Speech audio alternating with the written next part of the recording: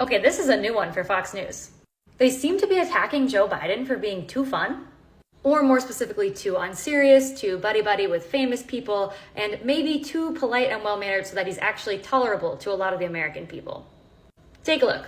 Joe Concha, Fox News contributor, joins us now. Joe, last week it was Kamala with P-Funk. This week it's Joe with a comedian. And it underscores this unseriousness of this entire administration. Joe, they think they can fool us with fluff when in reality they're ignoring the tough questions from real journalists. What say you?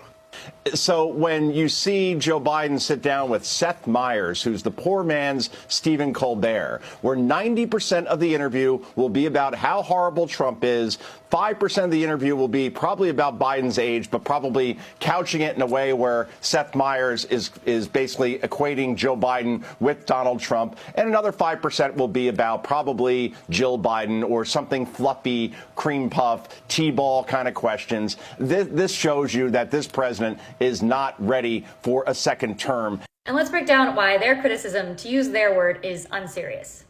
First, they're accusing him of dodging the media, not answering the hard questions. Joe Biden is very scrutinized and interacts with media both formally and informally literally all the time. Like, think how many times you see that man on your screen. He just doesn't talk to you, Fox News.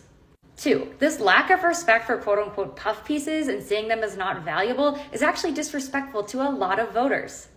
As the old saying goes, the president should be someone that you want to grab a beer with. If you're entrusting all your rights and freedoms to someone, you want to feel like you know them a little bit as a human being. Also, talking about Dr. Jill Biden, the First Lady of the United States, is floofy? No. And number 3, if we want to talk about unserious behavior, we have to talk about what their guy is doing. Specifically, Trump, just in a recent example, was hawking these golden sneakers at sneaker conventions.